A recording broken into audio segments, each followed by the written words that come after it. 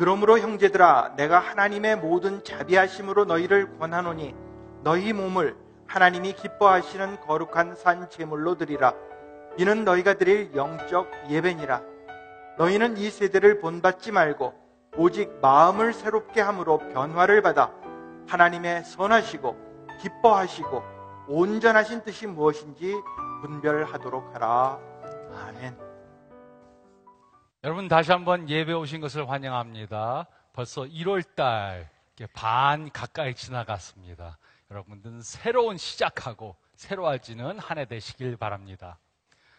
우리는 현재 새로운 시작이라는 시리즈를 통해 우리가 어떻게 해야 과거의 잘못을 미래에 되풀이하지 않을까에 대해서 생각해 보고 있습니다. 우리가 관계적으로, 학문적으로, 직업적으로, 도덕적으로, 재정적으로, 영적으로 새롭게 시작할 때 우리는 과거의 잘못을 되풀이해서는 안 됩니다. 그러므로 우리는 과거의 잘못을 미래에 되풀이하지 않기 위해 해야 할 것들이 무엇입니까? 우리가 계속해서 잘못을 범하는 이유 중에 하나는 세 가지의 잘못된 고정관념을 버리지 못하기 때문입니다. 첫째로 우리는 경험을 통해서 안다는 잘못된 고정관념을 버려야 합니다. 경험은 우리를 늙게 만들지만 지혜롭게 만들어주진 못합니다. 우리가 과거의 잘못에 대해서 평가를 하고 배울 것을 배워서 고칠 것을 고칠 때만 우리는 지혜롭게 될 수 있습니다. 또 둘째로 우리는 지식으로 할 수 있다는 잘못된 고정관념을 버려야 합니다. 아무리 지식이 많아도 그 일을 해낼 수 있는 능력이 없을 수 있고 또 잘못을 범하지 않을 자제력이 없을 수도 있습니다. 그래서 우리에게는 하나님의 능력이 필요한 것입니다. 셋째로 우리는 서둘러야 한다는 생각을 잘못된 고정관념을 버려야 합니다.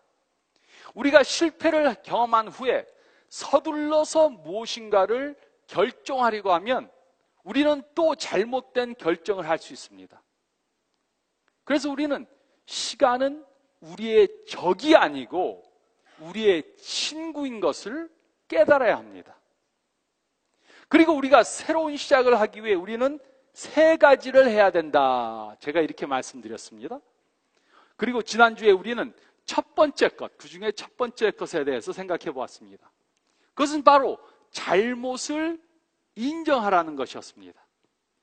우리가 잘못을 숨기려고 하고 다른 사람을 탓하려고 하면 우리는 과거의 잘못을 미래에도 반복하게 됩니다. 우리의 과거를 미래로 그대로 가져가게 됩니다. 그러므로 우리는 내가 잘못한 것이 무엇인가 생각해 봐야 합니다. 그리고 우리는 오늘 그 두 번째 것에 대해서 생각해 보겠습니다. 첫 번째는 잘못을 인정하는 것이고 두 번째는 새롭게 생각하라는 것입니다. 우리는 잘못을 범한 후에 생각해 봅니다. 내가 도대체 무슨 생각을 했던 것인가?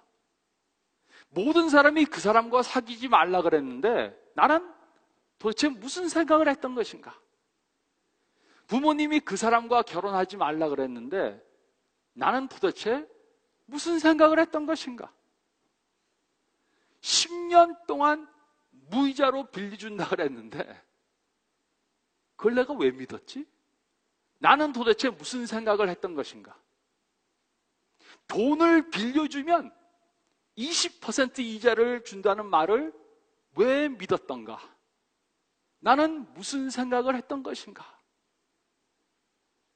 우리가 우리의 과거를 되돌아보면 도무지 이해할 수 없는 결정들을 했던 것을 우리는 깨달을 수 있습니다. 그러므로 우리가 과거의 잘못을 미래에 반복하지 않기 위해 나는 무슨 생각을 했던 것인가? 라는 질문을 해봐야 합니다. 물론 많은 사람들이 나는 무슨 생각을 했던 것인가? 라는 질문을 해봅니다. 그럼에도 불구하고 그들은 이 질문에 대한 답을 찾기 전에 똑같은 결정을 합니다. 질문은 해보지만 답은 찾질 않습니다. 나는 무슨 생각을 했던 것인가? 그리고 또 비슷한 사람과 사귑니다. 나는 무슨 생각을 했던 것인가? 그리고 또 돈을 빌려줍니다. 나는 도대체 무슨 생각을 했던 것인가?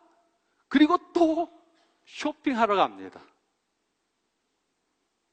우리는 다음 행동을 하기 전에 나는 무슨 생각을 했던 것인가? 라는 질문을 하고 그 질문에 대한 답을 찾아야 합니다. 그 질문에 대한 답을 찾아서 우리의 생각하던 것을 변화시키지 않으면 우리는 과거의 잘못을 미래에 또 반복할 수 있습니다. 그 이유는 우리가 생각하는 것을 바꾸지 않으면 우리는 똑같이 행동할 것이기 때문입니다. 그러므로 우리가 새롭게 시작하기 위해 우리는 우리의 생각을 바꿔야 합니다. 그러기 위해 사도 바울은 다음에 3가지 것을 하라고 그렇게 말씀해 주셨습니다. 첫째로 우리가 읽은 말씀 가운데 1절부터 2절 상반절 말씀을 보면 첫째로 우리는 이 세대를 본받지 말아야 합니다. 우리는 이 세대를 본받지 말아야 합니다. 사도 바울은 새롭게 시작을 해야 했던 사람이었습니다. 그는 기독교인들을 핍박했었습니다. 그러나 그가 예수님을 믿고 난 후 많은 후회를 했습니다. 왜 예수 믿는 사람들을 이렇게 핍박했었는가? 그렇기 때문에 그는 새로운 시작을 어떻게 해야 하는지 잘 알고 있었습니다. 1절은 다음과 같이 기록했습니다. 그러므로 형제들아 내가 하나님의 모든 자비하심으로 너희를 권하노니 너희 몸을 하나님이 기뻐하시는 거룩한 산 제물로 드리라. 이는 너희가 드릴 영적 예배니라. 이 말씀은 무엇을 의미합니까? 구약시대 때 사람들은 짐승을 드려서 하나님께 제사를 드렸습니다. 그러나 신약에 와서는 죽은 짐승을 드리는 제사를 하지 않습니다. 그 대신 우리는 우리 자신들을 하나님께 산 제사로 드립니다. 이것이 바로 하나님께서 기뻐하시는 영적 예배인 것입니다. 그리고 사도 바울은 이곳에서 아주 중요한 말씀을 해주셨습니다. 2절 상반절은 다음과 같이 기록했습니다. 너희는 이 세대를 본받지 말고. 우리는 하나님을 모르는 이 세대 사람들을 본받아서는 안 됩니다. 우리는 하나님을 모르는 사람들처럼 살아서는 안 됩니다. 우리는 하나님을 모르는 사람들처럼 대인관계를 가져서는 안 됩니다. 우리는 하나님을 모르는 사람들처럼 결혼 생활을 해서는 안 됩니다. 우리는 하나님을 모르는 사람들처럼 자녀들을 교육해서는 안 됩니다. 우리는 하나님을 모르는 사람들처럼 돈을 사용해서는 안 됩니다. 우리는 하나님을 모르는 사람들이 하는 것을 생각 없이 그냥 따라해서는 안 됩니다. 어떤 사람들은 어떤 행동을 하면서 이렇게 말합니다. 다른 사람들도 다 하는데 뭐. 그러면 저는 그들에게 이렇게 말합니다. 다른 사람들의 이혼율은 50%입니다. 이혼을 하지 않은 사람들 중에도 행복한 결혼을 하는 사람들은 극히 소수입니다.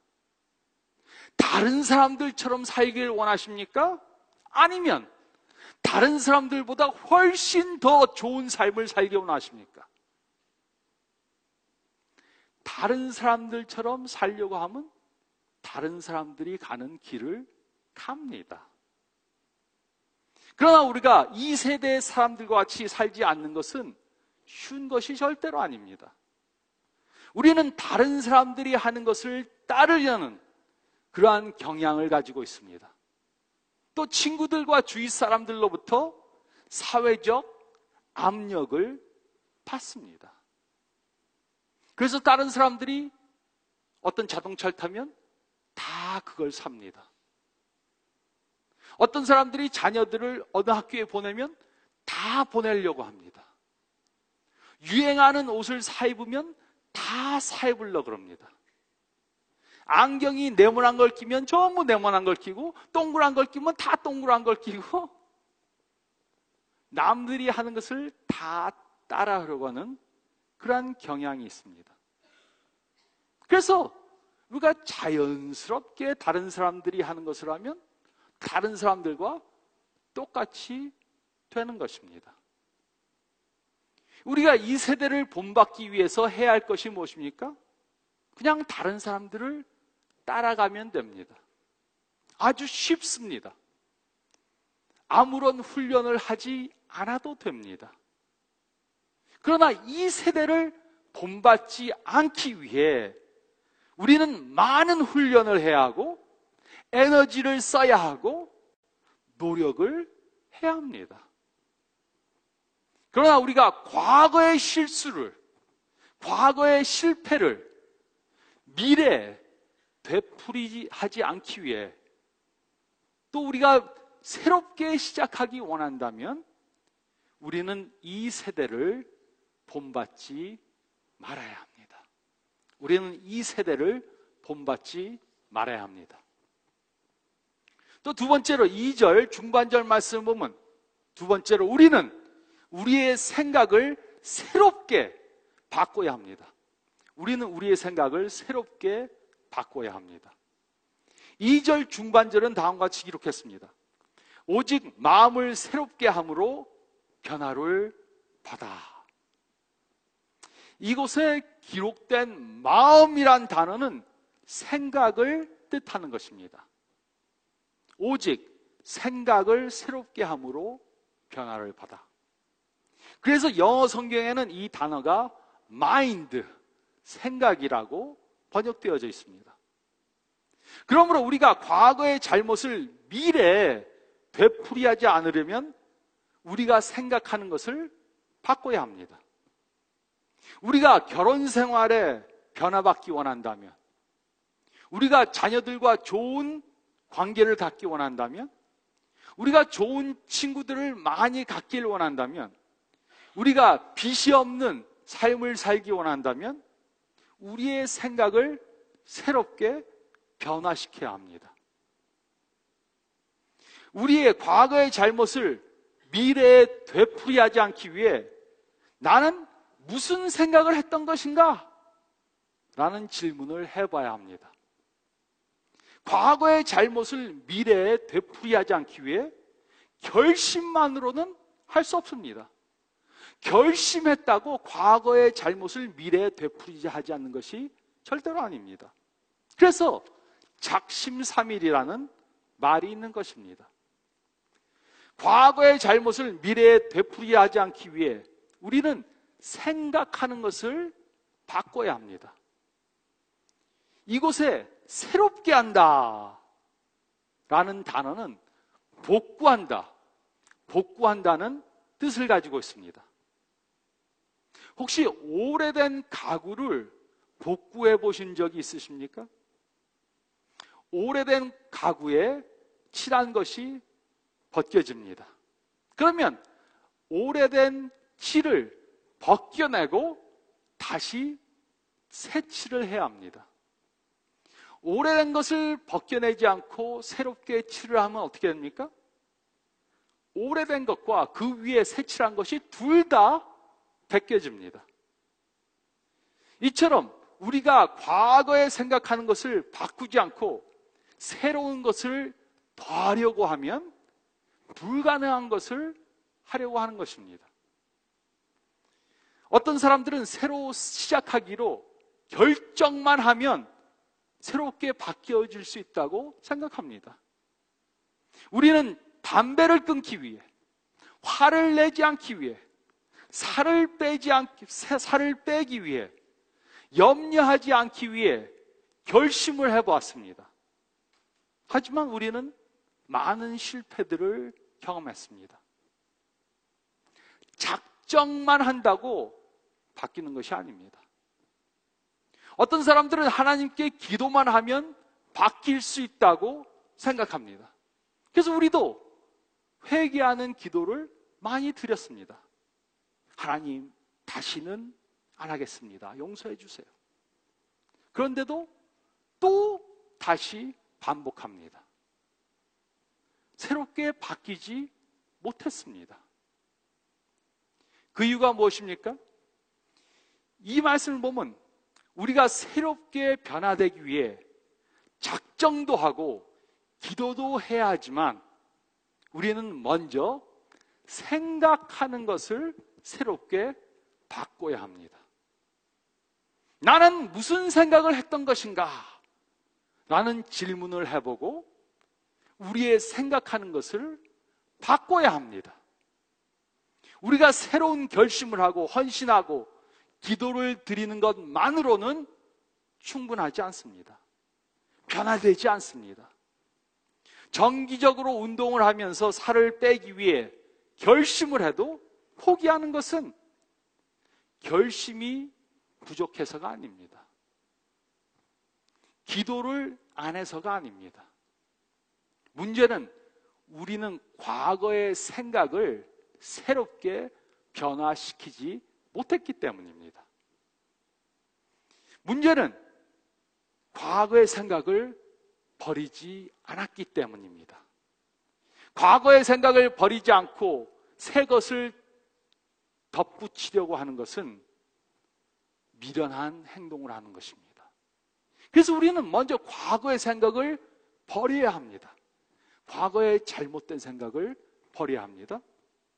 우리가 과거의 실패를 미래에 되풀이하지 않기 위해서 우리는 과거에 생각했던 것을 버리고 우리의 생각을 새롭게 변화시켜야 합니다.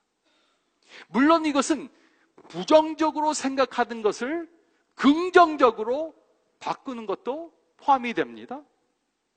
또 비현실적으로 생각하던 것을 현실적으로 바꾸는 것도 포함이 됩니다.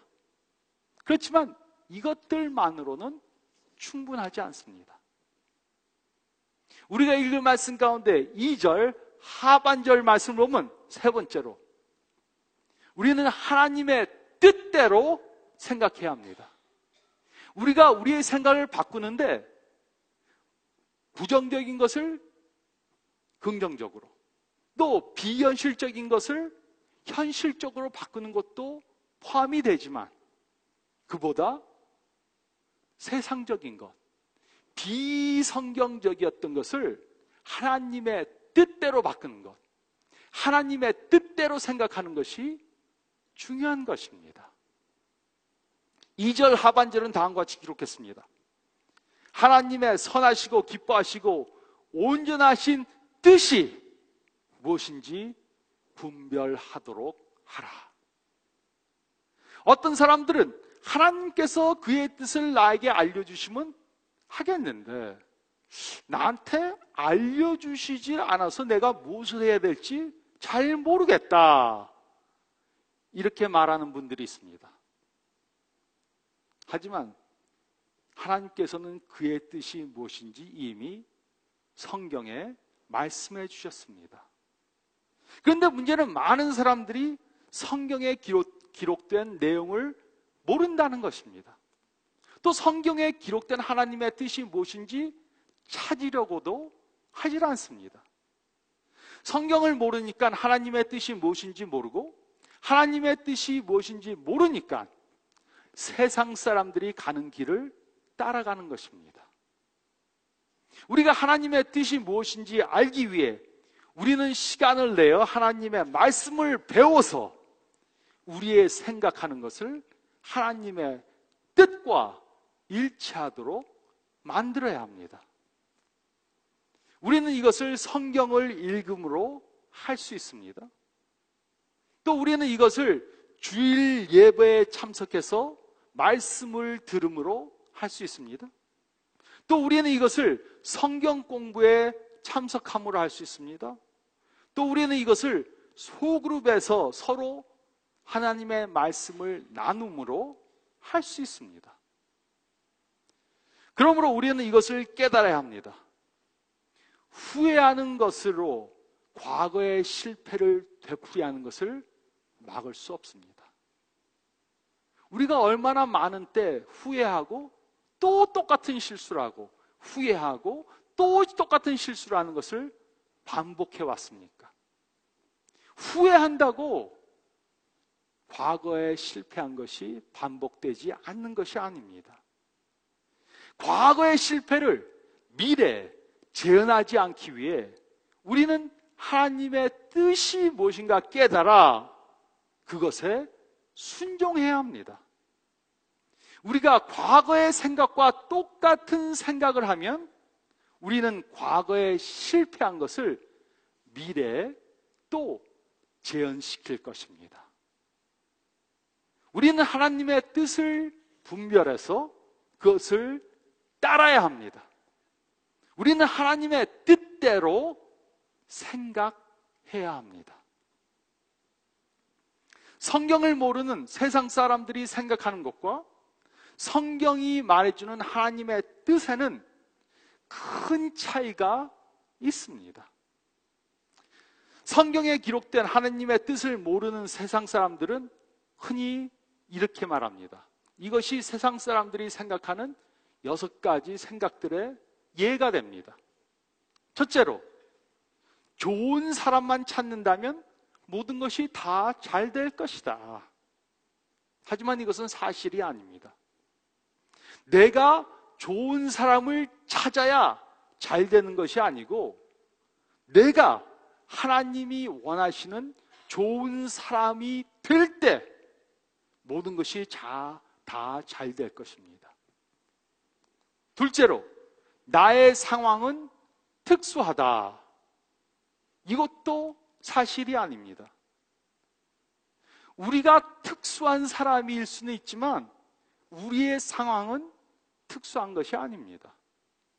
그렇기 때문에 성경에 기록된 하나님의 뜻은 모두에게 적용이 되는 것입니다. 고린도전서 10장 13절은 우리가 받는 시험은 다 비슷하다. 우리가 당하는 경우는 다 비슷하다. 이렇게 말해주고 있습니다. 제가 부부 상담을 하다 보면 대부분의 부부들에게는 항상 똑같은 문제가 있는 것을 볼 수 있습니다. 부부들의 문제 중 95%는 남편은 아내들에게 무시당한다고 생각하는 것이고 아내는 남편에게 사랑을 받지 못한다고 생각하는 것입니다.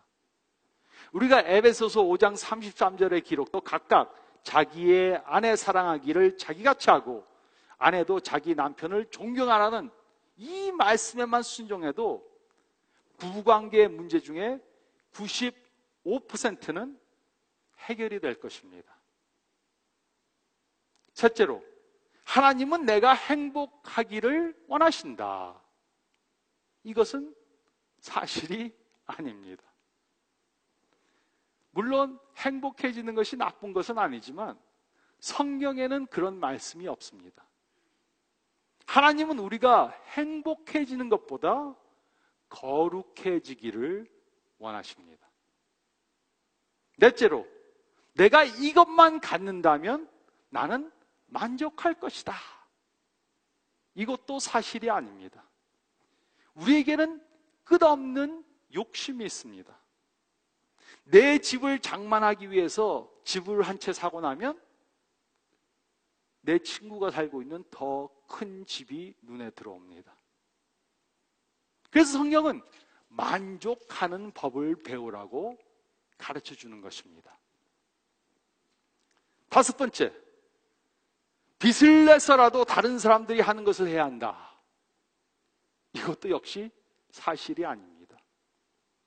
이런 생각을 해서 빚을 내어서 성대하게 결혼을 치러놓고 빚 때문에 스트레스를 받아서 싸우는 부부들이 많이 있습니다.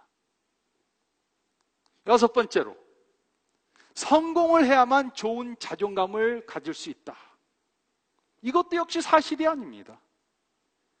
건강한 자존감은 우리가 하나님의 자녀들이기 때문에 가질 수 있는 것이지, 우리가 세상적으로 공부를 많이 하고 좋은 직장을 갖고 돈을 많이 벌어야 가질 수 있는 것은 절대로 아닙니다. 이런 것들이 예수님을 모르는 세상 사람들의 생각과 성경에 기록되어 있는 하나님의 뜻과 차이를 보여주는 것입니다. 근데 문제는 많은 기독교인들이라고 하는 사람들도 이런 생각을 가지고 살고 있고, 그래서 하나님과 하나님의 뜻과 일치되지 않는 생각을 하고 세상을 쫓아 살아가고 있는 것입니다. 우리에게는 좋은 소식이 있습니다. 우리의 미래는 우리의 과거와 똑같지 않아도 됩니다. 이것은 작정했다고 이루어지는 것이 아닙니다. 우리가 원한다고 이루어지는 것도 아닙니다. 우리가 기도만 했다고 이루어지는 것도 아닙니다. 이것은 우리가 하나님의 뜻이 무엇인가 분별해서 그것을 쫓아 행할 때만 이루어지는 것입니다. 이렇게 생각하는 것을 새롭게 변화시킴으로 새로운 시작을 하시는 저와 여러분들이 되시기를 우리에게 새로운 시작을 주시는 예수님의 이름으로 축원드립니다.